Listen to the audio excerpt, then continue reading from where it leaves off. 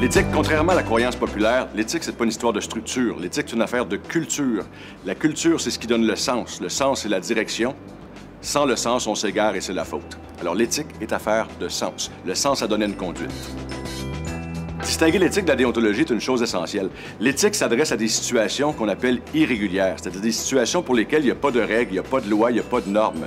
La conformité, dans les situations les plus fréquemment rencontrées, sont affaires justement de se fier à la règle, à la norme et de l'appliquer.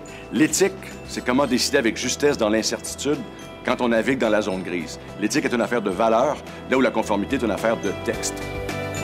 Une situation régulière, une situation pour laquelle il y a une norme qui a déjà été pensée, la solution existe, il s'agit simplement de s'y conformer. C'est ce qu'on appelle la conformité.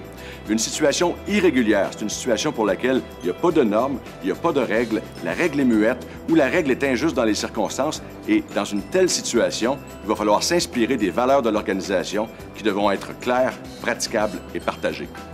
Devant une situation irrégulière, il faut prendre le temps de bien regarder la situation et de s'inspirer des valeurs de l'organisation qui doivent être à leur tour claires, praticables et partagées. Ce sont les valeurs qui vont donner un éclairage sur la situation afin de décider avec justesse.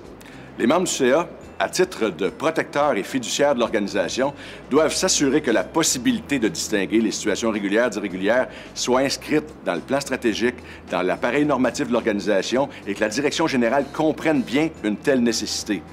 Ce faisant, ils devront être les gardiens de valeurs claires, praticables et partagées. La première condition, c'est l'exemplarité des membres du conseil d'administration. Ils doivent eux-mêmes être au-delà de tout reproche et montrer le chemin.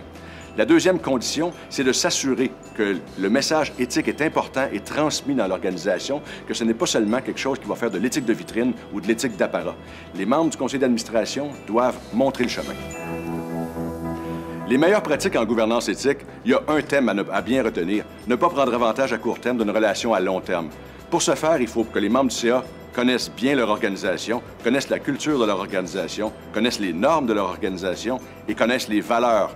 En plus de connaître les valeurs, il faut connaître le sens qui est poussé par les valeurs, le sens qui est instigé par les valeurs. Le cas échéant, il faudra peut-être réviser les valeurs afin que celles-ci reflètent le sens de la culture organisationnelle. Ne pas prendre avantage à court terme d'une relation à long terme, c'est essentiel.